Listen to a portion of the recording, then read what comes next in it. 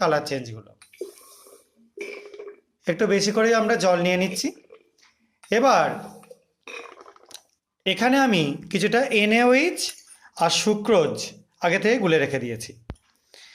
এখানে আমরা বেসিক মিডিয়ামে বা ক্ষারকীয় মাধ্যমে একটা রিডাকশান বা বিজারণ দেখব। যাই হোক, এবার আমি অল্প অল্প পরিমাণে NaOH এর মধ্যে অ্যাড করছি এবং একটু একটু করে সেক করছি।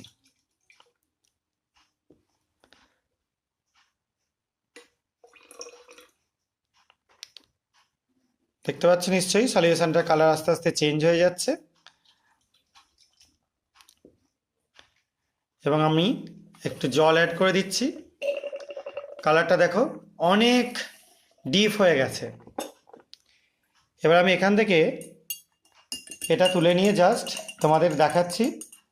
দেখতে পাচ্ছ কালারটা সবুজ হয়ে গেছে, একদম ডিপ সবুজ। শুধু তাই না, এরপরে আমি ধীরে ধীরে এটাকে নাড়াতে থাকবো এবং কি কালার চেঞ্জ হচ্ছে সেটা তোমাদের দেখাতে থাকবো। এই সবুজ কালারটা, ডিপ সবুজ কালারটা আস্তে আস্তে ফেড হচ্ছে। ব্যাপারটা কি হচ্ছে